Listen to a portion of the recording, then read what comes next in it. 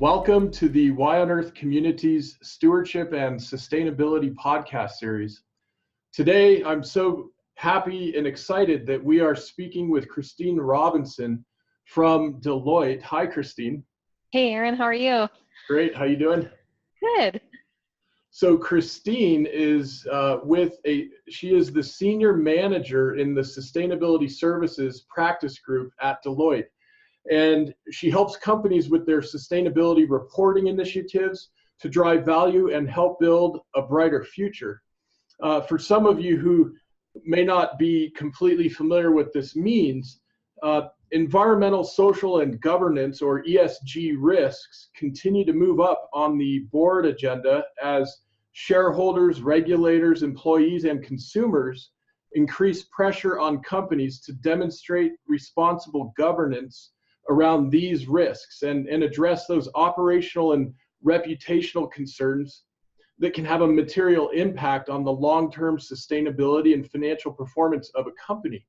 And what's so interesting to me, Christine, is that as we're building and developing our understanding of sustainability as a community, generally speaking and broadly speaking, where you're positioned working with all these different companies in the economy, you have a very interesting and particular view of what's happening. And I thought I might start by asking, what, from your perspective, what is driving the corporate sustainability agenda right now? Well, that's a really good question, Aaron. There's a lot of things. I think most notably right now, it's investors. Investors are increasingly relying on sustainability information in their decision-making processes. They've voiced frustration by the lack of consistent and comparable disclosure. There's a number of investors that have specific impact investing funds or other sustainability related investment funds, and that trend is growing.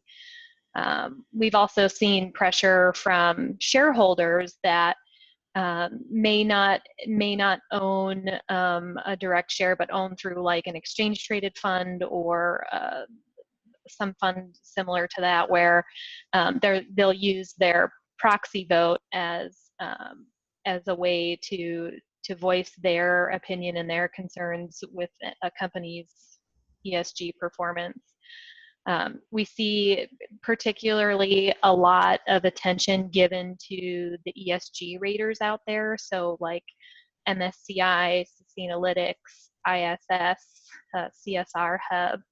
These are organizations that are taking a company's environmental and social performance and governance practices and basically putting out a report card on companies so that there's ratings out there and companies can be compared to one another. And I think it really gets the attention of a lot of executives, because I'm not sure that many realize that that's out there, and then all of a sudden they become aware of, oh, hey, somebody's putting a report card out on my company, but I gotta know what that is and what's the grounds for that score. We see a lot of companies also getting questions from their customers. Supply chain is a very, very vast and broad thing, and companies now are looking for more transparency in their supply chains, and so customers are putting the pressure on. Particularly, I would say, you get a lot in the way of European companies where they're a little bit more advanced in this space because it's been something that's been reported and companies have been doing it for longer there. And so they're just a bit more mature, I would say, and now they're really raising the bar in terms of setting expectations for their customers and what they expect in terms of environmental, social governance performance. We also see, the trends. I think you've probably heard a lot about the millennials and the Gen Z generation, but as consumers, their buying habits are a lot different than the generations before them, and the studies and surveys have showed that millennials are aligning their purchasing power and their buying habits to their environmental and social beliefs too. And so that's a more, I would say, more consumer-facing companies feel that pressure. And then lastly, I'm going to throw out regulation. Certainly here in the U.S., any sort of strict regulation might be off the table with the current administration. But you see states like California that are that have moved in the direction of regulation for environmental reasons. Also, I think significantly in the EU, the European Union's non-financial reporting directive that recently went into effect that requires certain companies to report this information. So there's a lot of drivers in this space, and I think you could ask a lot of companies that are doing it, and you might find various degree of answers in terms of why they're doing it or how they're doing it. But at this point, I think it's really, these are business issues that companies have to face, and more and more that's being recognized, and companies don't want to be caught flat-footed when looking at the risks and opportunities that relate to these topics. Yeah, it's so interesting. I think it's such an exciting time to be alive and to be able to witness this transformation that's occurring. And one of the things I end up thinking often about and talking some about is that sustainability really isn't only about us choosing to do good relative to our communities, relative to the environment, and so forth, but it is increasingly becoming a question of competitive advantage. Oh, for sure. A variety of industries, right? And as consumers are putting more and more pressure on, as you're describing, as we're entering this age of increasing transparency, I am just so thrilled to know that there is rapid transformation underway. And I'm curious, you're working with some of the largest companies in the world, many mid-sized, mid-cap companies. What does that look like from your vantage point right now? That's a good question. I would say it looks a lot like the Wild West. As I said, absent any regulation anywhere outside of the EU's regulation, companies at this point right now, in terms of reporting and disclosure, can do really whatever they want. I mean, there's no regulation in terms of what they have to report and how they have to report it. There is and there has been existing sustainability reporting standards. The Global Reporting Initiative, or the GRI, is probably the longest standing one. I think they've been around since the early 90s, and it's the most widely used set of standards globally, used by many companies. I think there's a statistic out there that says, at least in the US, 85% of the S&P 500 issue a sustainability report. The majority of those reports are in accordance with the GRI standards. Additionally, just this month, we're still in November, the Sustainability Accounting Standards Board just codified their standards, and they're a bit different from GRI. So GRI's standards are applicable to a very broad stakeholder group: investors, customers, consumers, shareholders, employees, non-governmental organizations, and they're not necessarily industry specific. So SASB, I think it was starting in about 2012, undertook this mission to develop industry-specific standards on the premise of financial materiality, and with the idea in mind that these issues affect companies in a different manner. For example, I always like to use the automotive industry as an example, because when you talk about GHG emissions, the greenhouse biggest, gas emissions. yeah, greenhouse gas emissions. The biggest impact for automotive companies in particular is the use phase emissions. So you and I driving around in our car versus a different manufacturer where their product is different and doesn't have the use phase emissions that automobiles do. And Right. the SASB standards contemplate that. The SASB standards are specific to investors. They're based on the concept of financial materiality. And so by disclosing these industry-specific standards, investors have a way to connect the ESG to the financial statements a little bit more directly and kind of look at, well, what is financially material? So. That's really interesting. Well, and I have to ask, I should mention too, your comment about it's November. So it's November while we're recording, but this may likely Right. Okay. in, I guess, December of 2018. So speaking of time travel, I am struck when I'm building financial models for consulting clients and sometimes even educating and tutoring business students around accounting. This is a very particular system, thanks to the Renaissance Italian merchant hundreds of years ago. And it's a system that has evolved to be very sophisticated, very specific in its application, which is now really used worldwide. And it was developed initially, and it has been used for centuries for financial reporting and accounting specifically, and has not been designed to take into account these other things we would consider, such as impacts on social well-being, impacts on environmental ecological services, so on and so forth.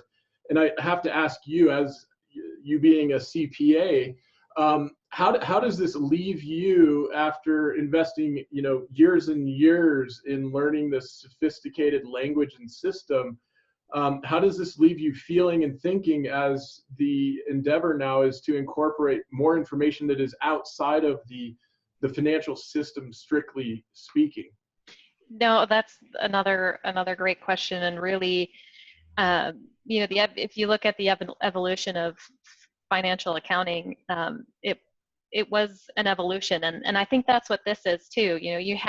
This is information that's out there in the public domain, and I always tell people that I spent 8 years in the financial statement audit practice within Deloitte before moving into sustainability.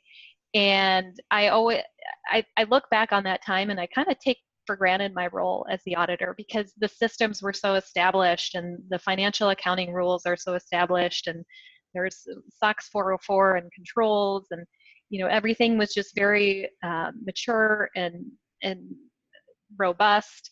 And then you come into sustainability where you have companies with the ability to disclose whatever they want, whenever they want, however they want.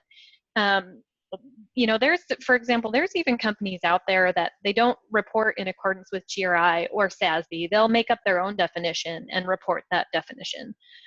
And that's okay, as long as the consumer of that information has that definition.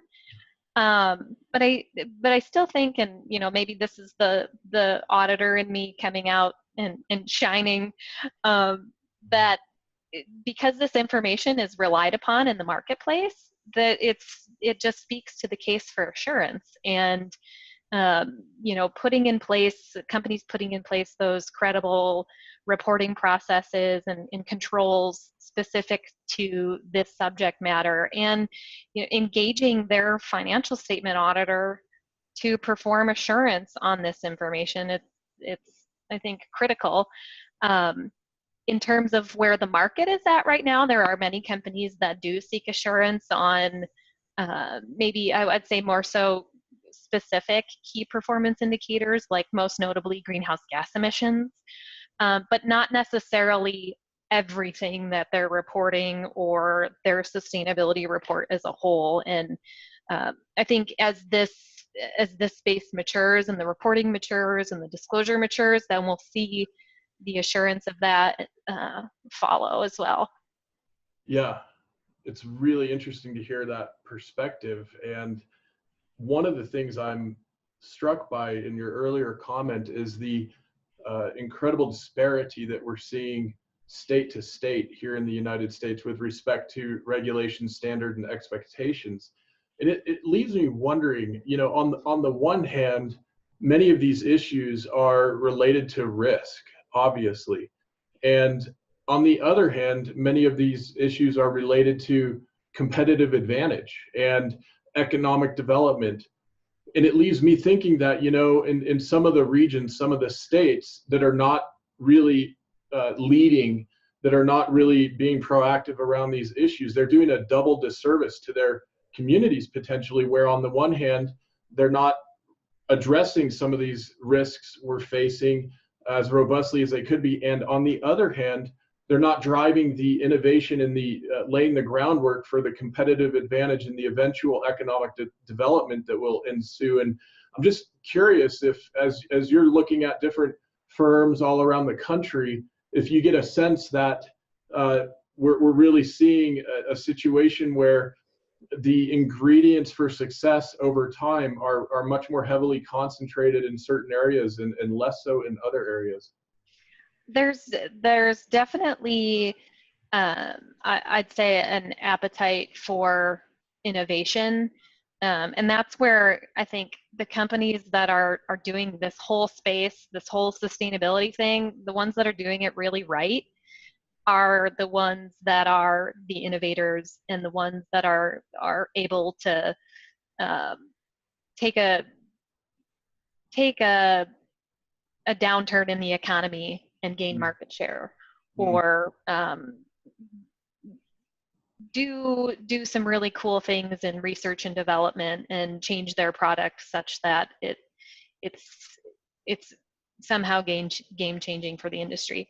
Yeah. There's a TED Talk, and it's a few years, it's probably at least 10 years old now. Ray Anderson, the CEO of Interface Carpets, did this TED Talk. It was called The Business Logic for Sustainability. And in the TED Talk, he takes you through the journey of the company's sustainability thinking. And at one point in the TED Talk, it pulls up a chart and shows the economy and how the economy was moving. And there was this little dip in the economy, and I think it was around 2000, but how his company was actually able to gain market share during that time because of the way that they innovated their product and the sustainability trends that they paid attention to and the things that they did in that respect. I think this is going to be huge in the next 10 years. The Intergovernmental Panel on Climate Change just issued a report about a month or two ago now. And basically it said that climate change is worse than we thought. And we're going to start seeing the impacts of climate change and a lot sooner than we thought. So sure. I think they mentioned like 2030 versus I think the previous reports were 2040 or 2050. But then you start thinking, and I'm like, gosh, well, I'm going to be around in 2030, and my kids will definitely be around in 2030. And I think once businesses start maybe paying attention to that a little bit more, they're going to recognize it's a little bit more sudden than expected, and kind of anticipating that through scenario analysis and risk planning is going to give them a leg up when we do start seeing real climate change affecting our day-to-day lives. And yes, yeah, and I think some of our friends who have experienced coastal flooding and massive forest fires might already be feeling some of the early right signs of this climate change, and certainly the scientific community seems to be pointing in that direction as well.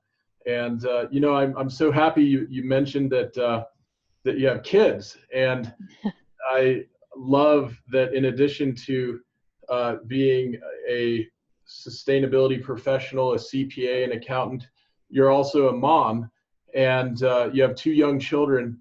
And I'm curious, as you're, working by day with all of these different companies that are in varying stages of addressing and incorporating these sustainability values and standards, when you get home, what is that like for you? And how do you see some of the sustainability opportunities or challenges even on the home front?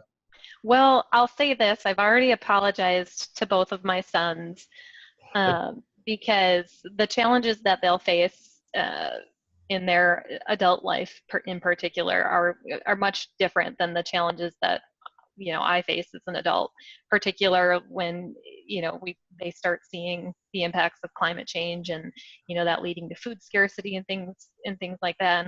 And I as a parent just have innate anxiety about that and hope that they will have the answer.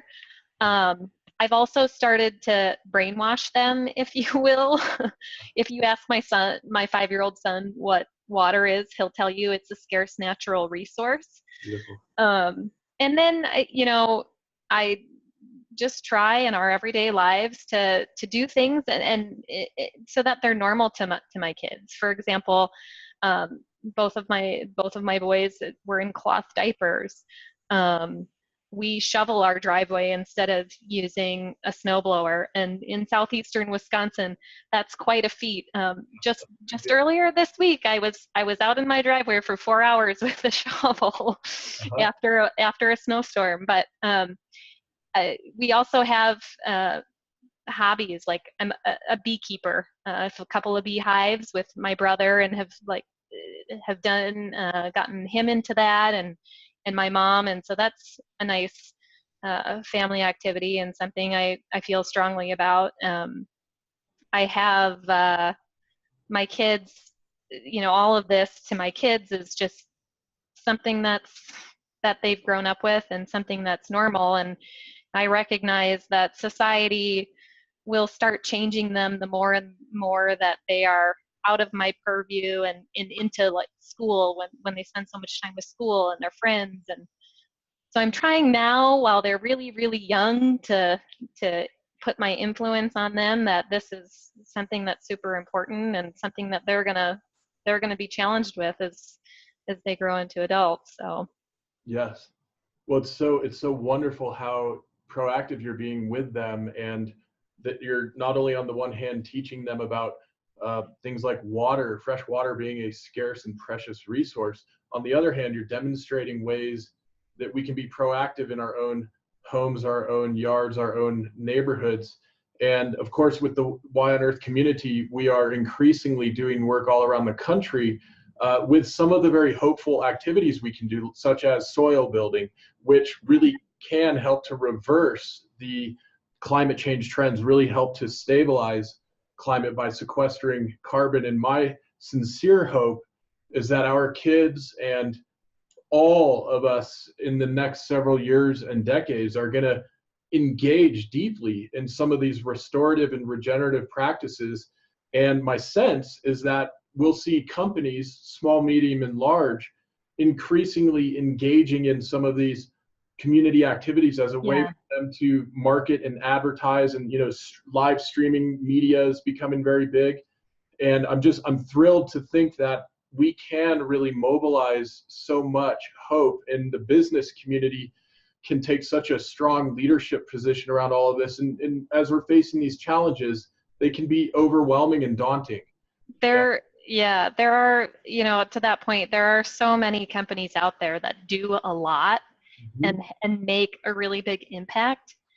And unfortunately, they don't tell that story. They don't say that. And that's, I feel, one of the really cool parts of my job is I get to go into all of these different companies and all of these different industries, and I get to hear about everything they're doing, and it really gives me makes me feel optimistic in a time when it's very easy not to be optimistic. It's just some of the cool things that are being done, and the things that exist out there, and how they're innovating and what they're doing to address challenges like soil degradation and erosion, anything, waste, and Yeah. so it's really refreshing.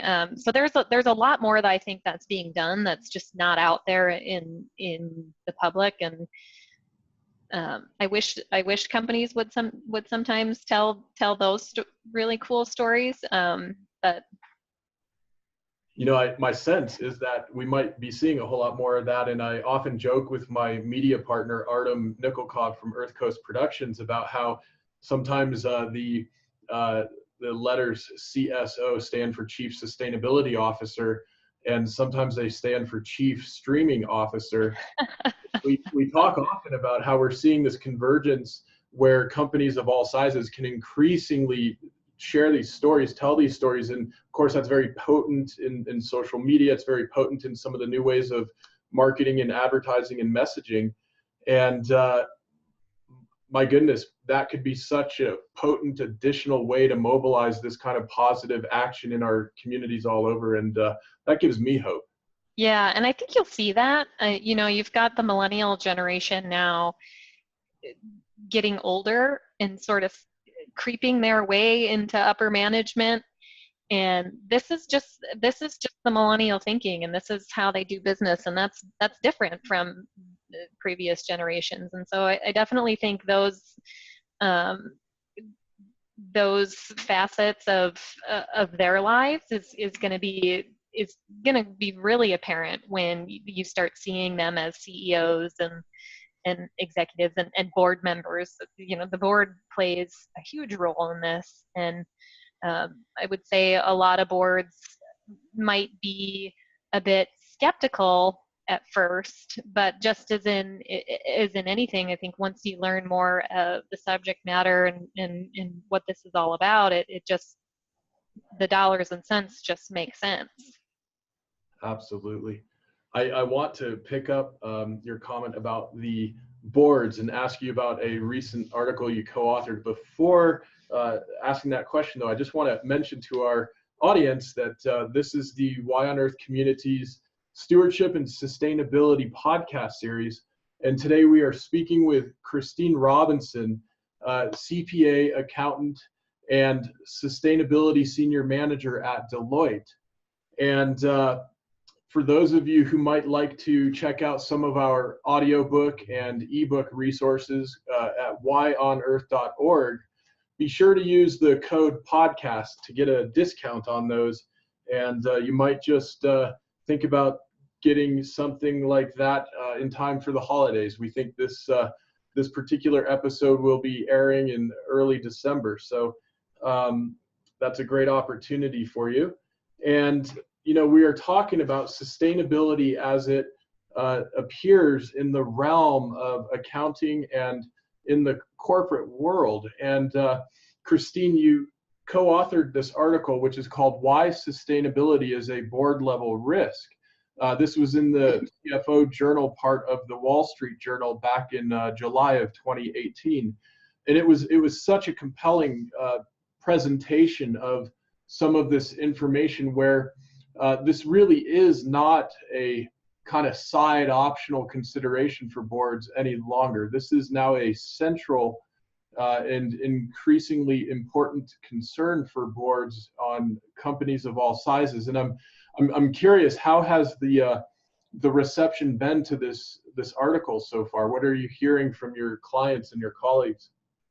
It's gotten tremendous attention, actually. I think oftentimes we think about companies as what's in the four walls and what's inside, and that often doesn't extend to the board. But they play a critical role as more and more, particularly in where we are in this world in terms of climate change, the measurement and disclosure of sustainability risks are key, and boards can help provide insight on how companies can integrate this thinking and address the stakeholder expectations. As I mentioned when the first question you asked me of what's driving the corporate agenda, investors are clamoring for this information. And so the board really does have an important role in helping to direct the company in how they're thinking long term about these risks and opportunities.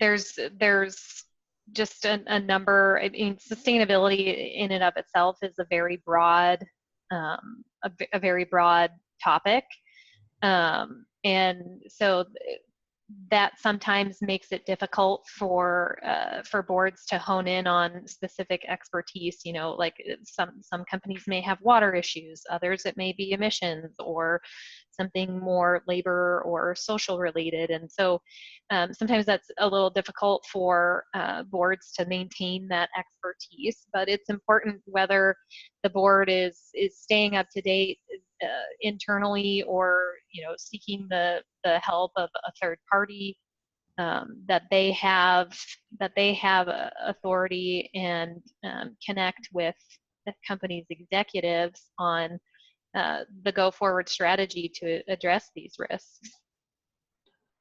Obviously, for many of these companies, to be able to hire an advisor and consultant like yourself is a significant part of the strategy there. I'm wondering, are there other resources, organizations, institutions that you look to, or even sometimes suggest to your clients as great sources of information and resources? Yeah, I always like to refer back to the standards. So checking out the Global Reporting Initiative, the Sustainability Accounting Standards Board.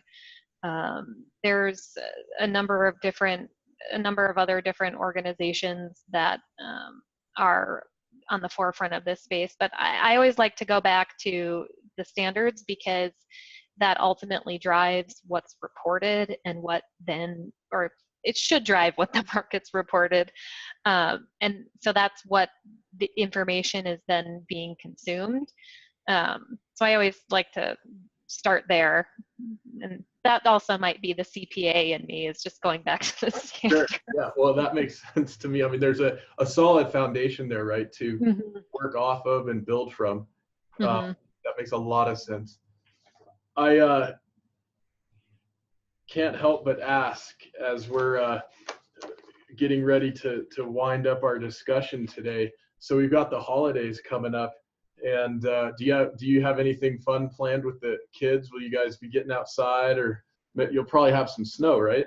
Yes, my kids are snow lovers, and so we just had a blizzard a couple of days ago, and it was all they could do to get out the door fast enough and get in the snow. And so I put a shovel in their hand, because like I said, we shovel our driveway.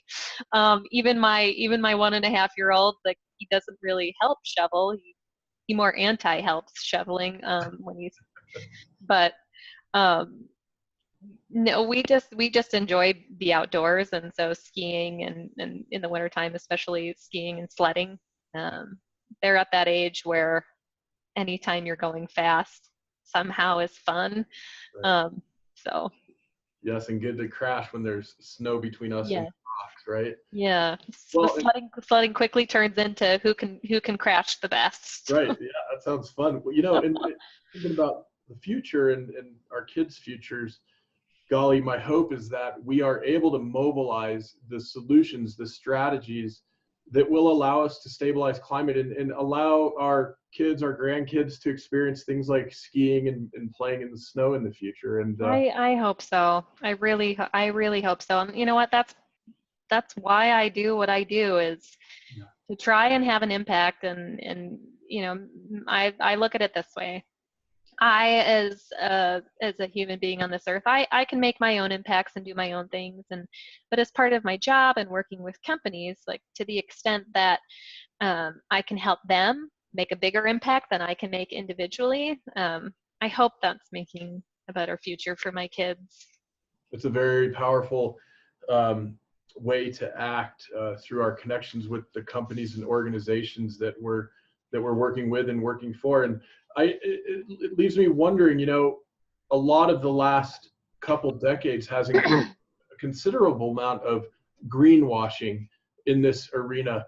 And it sounds like, talking with you and in our phone call the other day preparing for this discussion, it sounds like you've seen a transition where we see less and less superficial greenwashing and more meaningful, substantive action being taken. And I was hoping you could reflect on that with us, and that might be a nice way to leave with a hopeful and positive tone with some of these challenging issues that we're facing. Yeah, no, that's a great point. I think a lot of this started off, years and years ago with the greenwashing sentiment, where it could be a marketing, purely marketing, and now companies are really seeing the value and in grounding their sustainability strategy in materiality.